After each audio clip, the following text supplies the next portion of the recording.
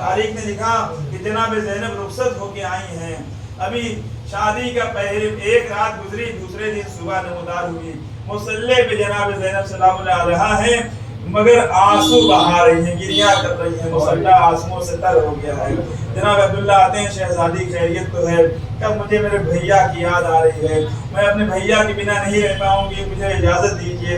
शादी के दूसरे दिन जनाब ज़ैनब सलाम अलैहा एक मरतबा भाई जब मिलने के लिए आए हैं तो बहन को अपने घर लेके गए हैं। अजीज़ों क्या मोहब्बत थी। चुनांचे 28 रजब को जब ये हुक्म होता है, जब दारुल इमारा में मौला हुसैन को बुलाया जाता है, तो यही जनाब ज़ैनब थी कि जो कहती हैं भैया मैं आपको अकेले न जाने दूंगी, रात की तारीकी अकेले न जाने दूंगी। 18 जवाना ने बनी हाशिम को बुलाती हैं, जाओ आका का ख्याल रखना, भाई का ख्याल रखना। एक मरतबा ये 18 बनी हाशिम जाते हैं। अब जो वाक़या रुनुमा हुआ, जब वापस आते हैं तो जनाब ज़ैनब कभी घर में आती हैं, कभी दरवाजे पे जाती हैं, कभी घर में आती है, कभी दरवाजे में, नहीं मालूम मेरे भैया में क्या गुजर गई। अरे जैसे ही इमाम हुसैन आते हैं, अरे हाथ गले में बाहें डाल के पूछती भैया खैरियत तो है? क्या बहन अब ये मदीना हमारे रहने के काबिल नहीं रहा, अब मुझे मदीना छोड़ना पड़ेगा। लो अज़ादारो इमाम का सफर शुरू हुआ।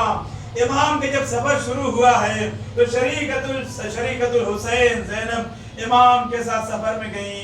लो अज़ादारो तारीख ने लिखा कि जनाब ज़ैनब ने इमाम हुसैन सलाम को बचाने के लिए क्या क्या जतन किया।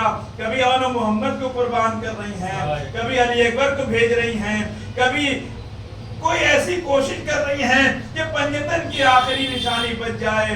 मगर अज़ादारो जब कोई ना रहा, एक मरतबा इमाम आते हैं, जनाब इमाम हुसैन आते हैं खेमे में, जनाब फिज़्ज़ा को बुलाते हैं, ऐ फिज़्ज़ा देखो संदूक फला खेमे में संदूक रखी हुई है, उसमें एक कपड़ा है।